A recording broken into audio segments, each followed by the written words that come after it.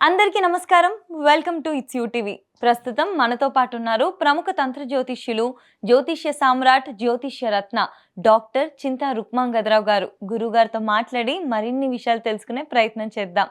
అంతకంటే ముందు ఇటువంటి ఆధ్యాత్మికపరమైన వీడియోస్ కోసం ఇప్పుడే మన ఛానల్‌ని సబ్స్క్రైబ్ చేసుకోండి. నమస్కారం గురువుగారు. మాతృదేవోభవ, పితృదేవోభవ, ఆచార్య దేవోభవ. ఓం నమో మాందేశ్వరాయ నమః. అందరూ బాగుండాలి, అందరికీ మంచి జరగాలి. గురుగారు, మనం బయట చూసుకుంటే రకరకాల దీపాలని చెప్పేసి ఉంటాయి కదా! ఒక్కొక్క ప్రత్యేక రోజు ఈ దీపాలు వెలిగించండి, ఈ నూనెతోని వెలిగించండి, ఈ వత్తులతో వెలిగించండి అని చెప్పేసి ఎన్నో దీపాల గురించి చెప్తా ఉంటారు. కానీ రాసుల పరంగా, నక్షత్రాల పరంగా చూసుకుంటే అసలు ద్వాదశ రాశుల పరంగా కూడా వివరంగా తెలుసుకునే ప్రయత్నం చేద్దామా గురుగారు? గురుగారు, ఇప్పుడు సింహరాశి వాళ్ళు చక్కగా ఏ దీపం పెట్టుకుంటే వాళ్ళకి బాగా కలిసొస్తుంది? సింహరాశి వాళ్ళు కృత్తికా నక్షత్రము అధిపతి రవిగ్రహము. హ్మ్. ఆ రవిగ్రహమే సింహరాశికి అధిపతి. హ్మ్. కాబట్టి సింహరాశి వాళ్ళు చక్కగా వీళ్ళు తెలుపు రంగు కాటన్తోనే పెట్టుకోవచ్చు. హ్మ్. అదేవిధంగా ఎరుపు రంగుతో పెట్టుకోవచ్చు. సూర్యుడు ఆరెంజ్ కలర్లో ఉంటారని ఈ మధ్య ఆరెంజ్ కలర్ ఒత్తులు తయారు చేసి ఇస్తున్నారు. అవునా? తప్పు ఆ! పెట్టుకోవచ్చు. నవగ్రహ దీపాలు అనేది ఒత్తులు అనేది తీస్తారు. ఆహా! దీపాలన్నా ఒత్తులన్నా ఇప్పుడు అమ్మేస్తున్నారు. పూజా హుహు. సామాగ్రి అనేటువంటి వస్తువు షాపుల్లో దొరుకుతాయి ఇప్పుడు నవగ్రహాలకు సంబంధించినవన్నీ కూడా హ్మ్. వాళ్ళకు ఎన్ని కావాలంటే అన్ని ఇస్తున్నారు. ఓకే. ఓకే. ఆ! పెట్టుకోవచ్చు, తప్పులేదు. అదేవిధంగా కొబ్బరి నూనె, నెయ్యి హ్మ్. వాడుకోవచ్చు. ఈ మధ్య అష్టమూలిక తైలాలని రకరకాలు వస్తున్నాయి. 5 రకాల ఆయిల్‌తో, 3 రకాల ఆయిల్‌తో అంటున్నారు. అంటే హ్మ్. మిక్సింగ్ చేస్తారు. 4, 5 రకాల ఎనర్జీ యాడ్ హ్మ్. అవుతుంది. హ్మ్. మల్టీ మిక్సింగ్ ఆయిల్స్ హ్మ్. పెట్టుకోవచ్చు. హ్మ్. ఇక్కడ వచ్చేకాడికి మఖా నక్షత్రంతో ప్రారంభమవుతుంది హ్మ్. సింహరాశి. హ్మ్. మఖా నక్షత్రానికి కృత్తికా నక్షత్రం విపత్తారవుతుంది. విపత్తార. ఓకే. వీళ్ళు పెట్టకూడదు. ఓకే. వీళ్ళు పెట్టాలనుకుంటే పితృదేవతల దగ్గర పెట్టొచ్చు. హుహు. పితృదేవతలంటే పెద్దవారి ఫోటోల దగ్గర పెట్టొచ్చు. హ్మ్. హ్మ్. మఖా నక్షత్రం పితృ నక్షత్రం. ఓకే. ఓకే. పితృదేవతలకు మఖా నక్షత్రం రోజు, అమావాస్య రోజు వాళ్ళ ముందర దీపాలు పెట్టి నమస్కారం చేసుకోవచ్చు. హ్మ్. లేదంటే వీళ్ళు దీపాలు దానం చేయడము, ఈ మెటీరియల్స్ దీప సేవ చేసుకోవచ్చు. హ్మ్. హ్మ్. తర్వాత వీళ్ళకు పుబ్బా నక్షత్రం నెక్స్ట్ నక్షత్రం. హ్మ్. పుబ్బా నక్షత్రం అంటే పుబ్బా అంటే లెమన్. హుహు.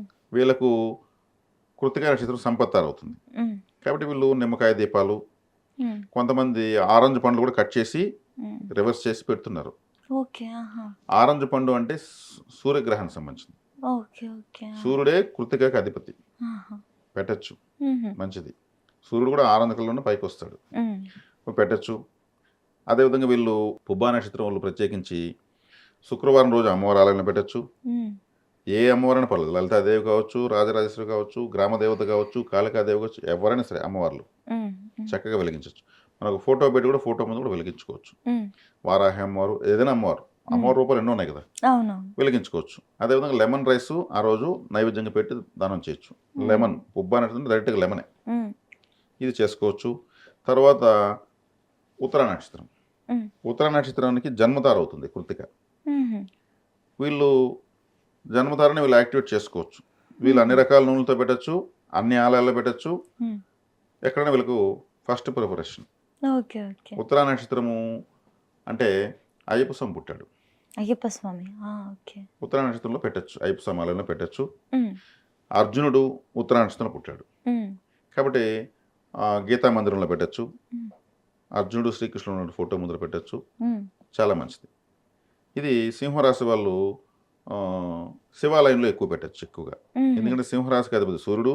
సూర్యుడికి ఆ శక్తిని ఇస్తా ఉండేది. అంత శక్తిని ఇస్తా ఉండేది. అంత వేడి, అంత శక్తిని ఇస్తా ఉండేది శివుడే. ఓకే. ఓకే. కాబట్టి శివాలయంలో ఎక్కువ దీపాలు పెట్టే కొద్దికి సింహరాశి యాక్టివేట్ అయిపోతుంది. ఓకే. కాబట్టి ఇక్కడ మఖా నక్షత్రం ఒకటి తప్ప ఆ! పుబ్బ, ఉత్తర నక్షత్రం వాళ్ళు దీపాలు పెట్టుకోవచ్చు. హ్యాపీగా ఎలా అయినా పెట్టుకోవడానికి ఉంటది. పెట్టుకోవచ్చు. గురుగారు, వీళ్ళు పెట్టకూడని దీపాలున్నాయా ఈ రాశి వాళ్ళు, సింహరాశి? నువ్వుల నూనెతో పెట్టకపోవడం మంచిది. ఓకే. నువ్వుల నూనె అంటే 7వ స్థానాధిపతి, 6వ స్థానాధిపతి శనేశ్వరుడు కాబట్టి, హ్మ్. శత్రువు కాబట్టి, హ్మ్. ఈ రాశికి మంచి గ్రహం కాదు కాబట్టి, హ్మ్. నువ్వుల నూనెతో కాకుండా నెయ్యితో లేదా ఇతరత్ర ఏదైనా ఆయిల్స్ యూస్ చేసుకోవచ్చు. దీపం జ్యోతి పరబ్రహ్మం అన్నారు. అంటే పరబ్రహ్మము అంటే ఏమంటే ఈ సృష్టికి మూలము, ఈ సృష్టికి కారణము అనేటువంటి శక్తి అని అర్థం. దేవతలు జ్యోతి స్వరూపులు. అదేవిధంగా దీపము అనేది పలు రకాలుగా పెడతారు.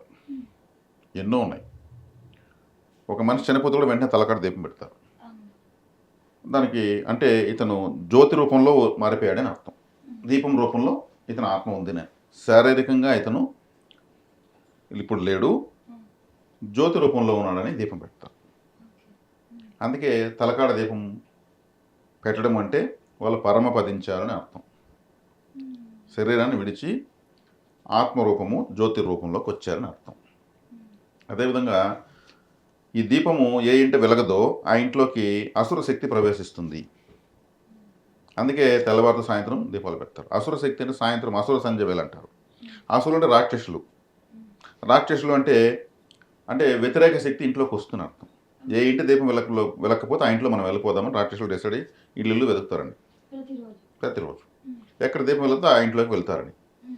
అప్పుడు లక్ష్మీదేవి లేదని అర్థం. అక్కడ దీపం పెడితే దైవశక్తి ఉందని అర్థం.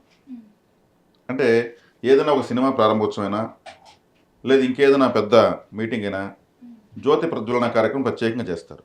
పెద్దవాళ్ళని తలా ఒక క్యాండిల్ ఎత్తి వెలిగిస్తారు. జ్యోతి ప్రజ్వలన కార్యక్రమం తర్వాతనే అన్నీ ప్రారంభమవుతాయి. అంటే అంత ప్రాధాన్యత మన హైందవ భారతదేశంలో దీపానికి అంత ప్రాధాన్యత ఉంది, అంత మహత్యం కూడా ఉంది. ఇక్కడ మనకు అన్య మతస్థులు కూడా దీపాలు పెడతారు.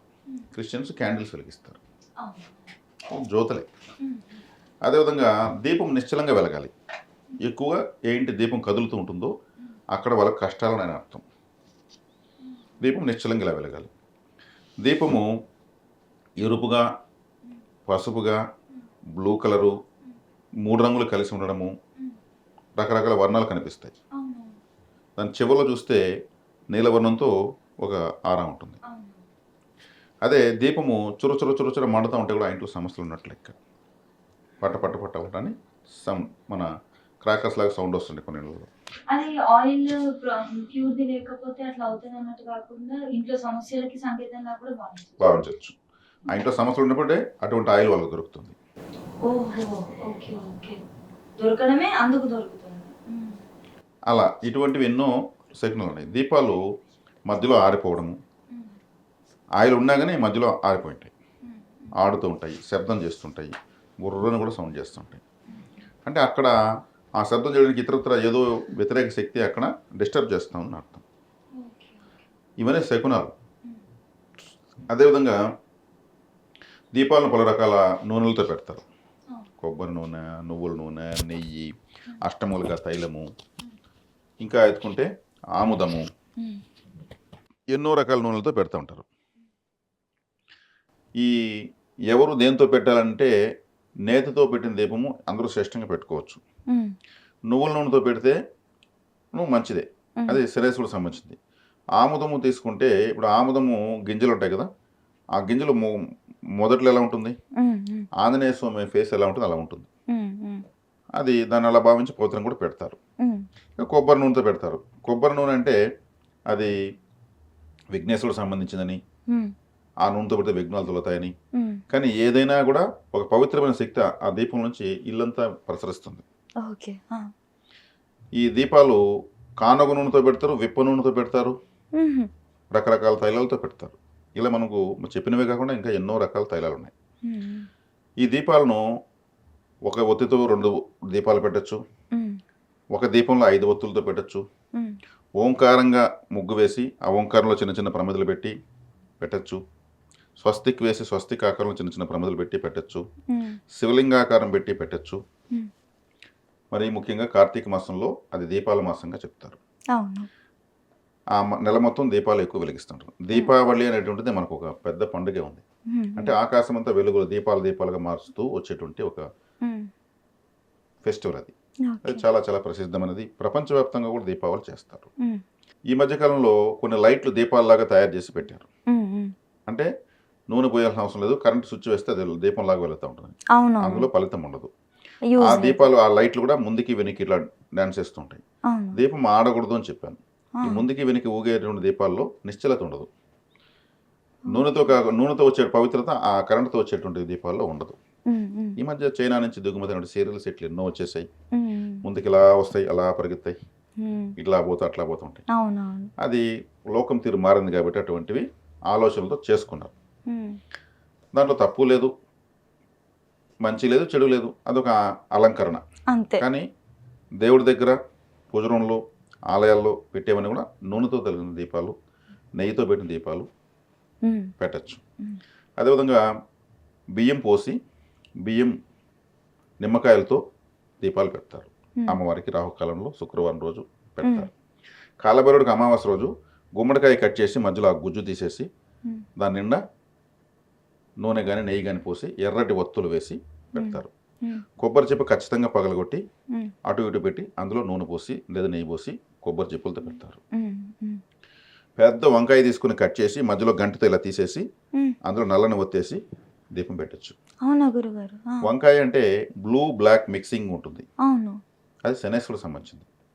ఓకే. అది చాలామందికి తెలియవచ్చు, తెలియకపోవచ్చు. తాంత్రిక పరిహారాల్లో చేస్తారు ఇటువంటి దీపాలు. ఉమ్, అదేవిధంగా ఈ కొబ్బరి చెప్పుల్లో కూడా ఒక దాంట్లో నలుపు ఒత్తి ఒక దాంట్లో ఎరుపు ఒత్తి వేసి కింద ఉప్పు పోసి పీఠాలు పెట్టి పెడతారు. ఉమ్, ఇదే విధంగా కూష్మాండ హారతి కూడా ఇస్తారు. గుమ్మడికాయను పగలగొట్టి లేదా కట్ చేసి దాని మీద కర్పూరం పెట్టి కూష్మాండ హారతి సమర్పయామి ఓకే, ఓకే. అంటే కూష్మాండం అంటే గుమ్మడికాయ. ఉమ్, ఉమ్, అటువంటి హారతి అంటే అమ్మవార్లకు చాలా ఇష్టము, కాలభైరవుడికి ఇష్టము. ఉమ్, నిమ్మకాయ పైన కూడా ఒక కర్పూరం వెలిగించి ఉమ్, హారతిస్తారు. కొబ్బరికాయ పైన పెట్టి హారతిస్తారు. ఉమ్, ఇలా ఇంకా ఎన్నో రకాల విధమైనటువంటి హారతులు, దీపాలు ఉమ్, మనకు అందుబాటులో ఉన్నాయి. ఈ దేశవ్యాప్తంగా ఎన్నో ప్రాంతాల్లో ఎన్నో రకాల విధానమైనటువంటి ఇటు తిరిగి దీపాలు అయితే పెడతారు. ఉమ్, అక్కడ వారి వారి స్థితిగతులు తగినట్టు పెడతారు. ఉమ్, అదేవిధంగా 3 రంగుల వత్తి వేసి కూడా పెడతారు. అది దిష్టి తీయడానికి తాంత్రిక విధానాలు చేస్తారు. 3 దారులు కలిసే చోటు ఆ, ఒక వ్యక్తిని కూర్చోబెట్టి ఉమ్, 3 రంగుల వత్తి వేసి 3 రకాల నూనె వేసి ఆహా, 3 రూపాయి బిళ్ళ ప్రమిదలు అన్ని నూనెలో వేసి ఆహా, అతనికి 3 రకాల వస్త్రాలు జాకెట్ బిట్లు తీసి దిష్టి తీసి 3 దారులు 3 వేసేసి ఆహా. కోడిగుడ్డుకు కాటుకు పెట్టి దాన్ని దిష్టి తీసి 3 కోడిగుడ్లు 3 దారుల్లో పగలగొట్టి ఇది ఒక తాంత్రిక విధానం అన్నమాట. ఇది దిష్టి పోవడానికి దిష్టి పోవడానికి అతనికి ఉన్నటువంటి కొన్ని రకాల బ్లాక్ మ్యాజిక్స్ పోవడానికి తీస్తారు. ఇదంతా ఆహా, గుమ్మడికాయని అట్లే దిష్టి తీస్తారు. అతను మళ్ళీ అన్ని దాటుకొని వచ్చేసి స్నానం చేసేది తిరిగి చూడకుండా. అంటే కొన్ని రకాల తంత్ర విధానాలు, తాంత్రిక విధానాల్లో కూడా అవి బీతావాహంతో కూడుకున్నటువంటి దీపాలు అవన్నీ అమ్మో, ఇవన్నీ ఉంటాయి. ఆహా, మనం మామూలుగా కాటన్తో తెలుపు రంగు ఒత్తులు వేసుకుంటారు. ఆ, అదేవిధంగా 365 రోజులకి 365 దీపాలు 365 ఒత్తులు లావుగా పేడేసి ఒకేసారి వెలిగించేస్తారు. కార్తీక మాసంలో అనుకుంటా కదా గురుగారు? ఆ, ఆ, అటువంటివన్నీ కూడా వెలిగిస్తూ ఉంటారు. ఇలా చెప్పుకుంటూ పోతే దీపాల యొక్క ప్రత్యేకత ఎన్నో రకాలుగా ఉంది. ఇంకొకటి గురుగారు, రంగువత్తులు అన్నారు కదా, రంగువత్తులు అంటే ఏంటి? కలర్ ఎట్లా? అంటే ఏ గ్రహం బాగాలేదో ఆ గ్రహానికి సంబంధించిన రంగు వస్త్రంతో ఆ, ఆ గ్రహానికి సంబంధించిన ధాన్యం చిన్న మూట కట్టి దాన్ని కట్టేస్తుంటారు. అవి రెడీమేడ్గా తయారు చేస్తున్నారు ఇప్పుడు. అవునా? గ్రీన్ కలర్ చిన్న మూట ఉంటుంది క్లాత్లో, దాంట్లో దానికి సంబంధించినటువంటి పెసలు ఉంటాయి, ఇంకో దాంట్లో కందులు ఉంటాయి. అవన్నీ వెలిగించేసి చుట్టి పెట్టుంటారు, రెడీమేడ్గా దొరుకుతాయి. అవి వాళ్ళు కుజుడికి సంబంధించి, శనికి సంబంధించి, శుక్రుడికి సంబంధించి అన్ని రెడీమేడ్గా అమ్ముతున్నారు. ఉమ్, అట్లా రకరకాలుగా వచ్చిన కొత్త ఆలోచనతో ఎటు తిరిగి దీపాలు దేవతారాధన చేస్తున్నారు. దాన్ని సంతోషించవచ్చు. ఓకే. అంటే దీపాలు మనం దేవతారాధనకి వాడుతున్నాము, ఇంకా దిష్టి తీసుకోవడానికి నెగిటివ్ పరిహారాలకు ఎనర్జీ. వాడుతున్నాము, ఆహా, ఎన్నో ప్రక్రియలకు వాడుతున్నాం. ఓకే, ఓకే గురుగారు. కాబట్టి ఇక్కడ దీపము అనేది కృత్తికా నక్షత్రము. కృత్తిక అంటే దీపము అని అర్థం. ఉహు, అందుకే కార్తీక మాసం కృత్తికా నక్షత్రంతో ప్రారంభమవుతుంది. కాబట్టి కార్తీక మాసంలో దీపాలు పెడతారు. ఈ ఓకే. కృత్తికా నక్షత్రం ఎవరికి వ్యతిరేకంగా ఉంటుందో వాళ్ళు దీపాలు పెట్టకూడదు. వ్యతిరేకంగా ఉండడం అంటే అంటే గురుగారు? నైదన తార, ఉహు, ప్రత్యక్ తార, విపత్ తార. ఆహా, అంటే నైదన తార అంటే వేదన కలిగిస్తుంది. ఉమ్, ప్రత్యక్ తార అంటే ప్రతికూలత కలిగిస్తుంది. విపత్ తార అంటే విపత్తును కలిగిస్తుంది. ఉమ్, ఈ కృత్తికా నక్షత్రం ఎవరికైతే నైదన తారగా, విపత్ తారగా, ప్రత్యక్ తారగా, వైనాసిక నక్షత్రంగా, నిర్జీవ నక్షత్రంగా ఆ, వచ్చిందంటే వాళ్ళు ఇది ధన నష్టాన్ని కలిగించే నక్షత్రంగా, ఆ, ఇంకా జాతకంలో ఉన్నాయి జ్యోతిష్యంలో. ధన నష్టాన్ని కలిగించే నక్షత్రం కృత్తిక అయితే దీపాలు పెట్టకూడదు, ఇలా ధన నష్టమే కలుగుతుంది. ఉమ్, నైదన తార అంటే నైదనం అంటే ఒక విధంగా వైదవ్యం అని అర్థం, లేదా వేదన అని అర్థం. ఉమ్, వాళ్ళు దీపం పెట్టకూడదు. ప్రత్యక్ తార అంటే ప్రతికూల పరిస్థితులు వస్తాయి, దీపం పెడితే ఏదైనా పెట్టకూడదు. విపత్తు అంటే విపత్తులు ఏదో ఒక విపత్తు అంటే ఏమి సడన్గా ఏదో నష్టం జరిగిపోవడం. మరి ఇవి ఎట్లా తెలుస్తాయి గురుగారు మనకు ఉందా ఆ, లేదా అని? జ్యోతిష్ శాస్త్రంలో తెలుస్తాయి. అంటే రాశుల పరంగా చెప్పలేమా? నక్షత్రాల పరంగానే తెలుస్తుంది. ఆహా, ఇప్పుడు అశ్విని నక్షత్రం అనుకోండి, అశ్విని భరణి కృత్తిక 3వ తార విపత్ తార అవుతుంది. ఇప్పుడు అశ్విని నక్షత్రంలో దీపం పెట్టకూడదు. పెట్టకూడదు. విపత్ తార జీవితంలో దేవుడి దగ్గర కూడా దీపం ముట్టించు. పెట్టకూడదు. అవునా? విపత్తార ఇక్కడ నేను నా సొంత మాట కాదు ఇది. విపత్తార వచ్చింది. విపత్తారని ఎట్లా వీళ్ళు యాక్టివేట్ చేస్తారు? అంటే విపత్తారకు వీళ్ళు యాక్టివేట్ చేస్తున్నారు. యాక్టివేట్ అవుతుంది. వీళ్ళు ఎప్పుడు జీవితంలో దీపారాధన లాంటివి చేయకూడదు. అదే కృత్తికా నక్షత్రం 18వ నక్షత్రంకి వచ్చిన వాళ్ళు పెట్టకూడదు. 18వ నక్షత్రం ధన నష్టాన్ని కలిగిస్తుంది. అదే కృత్తిక నక్షత్రం 7వ నక్షత్రంకి వచ్చిన వాళ్ళు పెట్టకూడదు. 7వ నక్షత్రం వస్తే అసలు పెళ్ళే చేసుకోరు. అవునా? నైదనం, అదే వైదమ్యం అన్న కదా. నైదనం అంటే ఏమి? అప్పుడు పెళ్ళే చేసుకోరు, ఇబ్బంది అవుతుంది. నైదన తార అంటారు పురోహితులు పండితులంతా కూడా. అదే ప్రత్యేక తారకు వస్తే కూడా వద్దు, నాకు వ్యతిరేకంగా ఉంటుంది నా భార్య అనేసి లేదా భర్త అనేసి పెళ్లి చేసుకోరు. అలాంటప్పుడు అదే నక్షత్రం ఇలా వచ్చినప్పుడు దీపం ఎలా పెడతారు? పెట్టకూడదు. అట్లా ఎన్ని నక్షత్రాలు పెట్టకూడదు అని ఉంటుంది గురుగారు 27లో? అది మనం లెక్కేసుకోవాలి. 27 నక్షత్రాలకు కృత్తికను క్యాల్కులేట్ చేసుకోవాలి. వైనాశకం అంటే 22వ నక్షత్రం. కృత్తిక 22కి వచ్చినప్పుడు దీపం పెట్టకూడదు. వైనాశకం అంటే వినాశం అని అర్థం. వైనాశకం అంటే 18వ నక్షత్రం వస్తే ధన నష్టం. అది పెడుతుండే కొద్దిగా ఏదో లాభాలు ఉంటే అది నష్టాలు వస్తూ ఉంటాయి. అంటే ఆల్మోస్ట్ సగం మంది దాకా పెట్టద్దు అన్నట్టు. సగం మందినేమి రాదు. ఇది ఇప్పుడు మనం చెప్పేసాం 18వ నక్షత్రంగా వచ్చిన వాళ్ళు చేసుకోకూడదు, 22 వచ్చిన వాళ్ళు చేసుకోకూడదు, నిర్జీవ నక్షత్రంగా వచ్చిన వాళ్ళు చేసుకోకూడదు. అదేవిధంగా నైదన తార, విపత్తార, ప్రత్యేక తారగా వచ్చిన వాళ్ళు చేసుకోకూడదు. 6-7 దాకా ఉన్నట్టున్నాయి. అర్థమైందా? అదేవిధంగా తులా లగ్నంలో రాశిలో పుట్టిన వాళ్ళు కూడా చేసుకోకూడదు. ఎందుకంటే తులా రాశికి లగ్నానికి రవిగ్రహము బాధకాధిపతి. ఈ కృత్తికా నక్షత్రానికి అధిపతి రవిగ్రహము. బాధకాధిపతికి సంబంధించిన నక్షత్రాన్ని వీళ్ళు యాక్టివేట్ చేయకూడదు. బాధ పెట్టే గ్రహం కదా. ఇప్పుడు నా తులారాశి నాకు తెలియని రోజులు నేను పెట్టిన రోజులు నాకేం రిజల్ట్ కనిపించలేదు. తర్వాత నాకు ఇదంతా పరిశీలన రీసెర్చ్ చేసుకున్నాక ఆపేసాను. మరి ఏం చేయాలి? మరి వీళ్ళు దీపాలు పెట్టకూడదు. ఇది చాలా పెద్ద వినడానికి ఇబ్బందికరంగా ఉంది. మరి ఏం చేయాలి? దీపం బదులు ఏంటంటే అగరవత్తులు వెలిగించవచ్చు, దీపాలు దానం చేయొచ్చు. కార్తీక మాసంలో ఆలయాల ముందు ప్రమిదలు, ఒత్తులు, చిన్న నూనె ప్యాకెట్ ఒక కిట్గా చేసి ఇస్తా ఉంటే తీసుకెళ్ళి వాళ్ళు వెలిగిస్తూ ఉంటారు. హ్యాపీగా వెలిగిస్తూ ఉంటారు. ఏదైతే కలిసి రాదో దాన్ని దానం చేయాలి, కలిసి వచ్చేది స్వీకరించాలి. వీళ్ళు ఆలయం చుట్టూ అగరవత్తులు వెలిగించవచ్చు. అదే వీళ్ళు ఒక వాటిని నేను నూనె తీసుకెళ్ళి ఆలయం చుట్టూ అఖండలాలు వెలుగుతుంటాయి. దేవుడు ఆలయంలో వాళ్ళు వెలిగించుంటారు. వాటిలో నూనె తగ్గుతూ ఉంటుంది. దాంట్లో వీళ్ళు నూనె పోయొచ్చు. వీళ్ళు వెలిగించకూడదు. వెలుగుతున్న దీపంలో నూనె పోయొచ్చు. అట్లనే వేరే వాళ్ళు పరిహారం కోసం దీపాల్లో పోయకూడదు. వాళ్ళు నెగిటివిటీ పోవడానికి వాళ్ళు వెలిగించారు. ఆ నెగిటివిటీ పోయే దీపంలో మనం పోయకూడదు. మనం ఆలయానికి సంబంధించినటువంటి అఖండ దీపాల్లో పోయొచ్చు. ప్రమిదలు పెద్ద పెద్ద వాటిలో పోయొచ్చు. గర్భగుడిలో ఒక బాటల నూనె కానీ నెయ్యి కానీ ఏదైనా ఇవ్వచ్చు. గర్భగుడిలో సోమవారం ముందు అటు ఇటు 2 వెలుగుతుంటాయి. అక్కడ తగ్గే కొద్ది మా నూనె పోయండి. అయ్యవారు ఖచ్చితంగా ఆ పని చేస్తే ఆయన ఇంటికి ఎత్తుకెళ్ళడు. పరిహారంగా వచ్చిందని వాళ్ళకి తెలుసు. ఏది వాళ్ళు అటు తీసుకెళ్ళరు. చక్కగా పోస్తారు, సరేనా చెప్తారు. ఇప్పుడు ఏమైంది? ఇప్పుడు దీపాలు వెలిగించిన అవకాశం వల్ల ఈ పని చేయొచ్చు. వత్తులు దానం చేయొచ్చు. ఇవి వెలుగుతాయి కదా. వీళ్ళు వెలిగించకపోయినా వెలిగేదానికి కారణమైనారు కదా. అదే పరిహారం క్రింద వాళ్ళు వెలిగించే వాళ్ళు ఇంకొకరు వెలిగించిన ప్రమిదలో వీళ్ళ దీపాన్ని వెలిగించి ఆడ పెట్టకూడదు.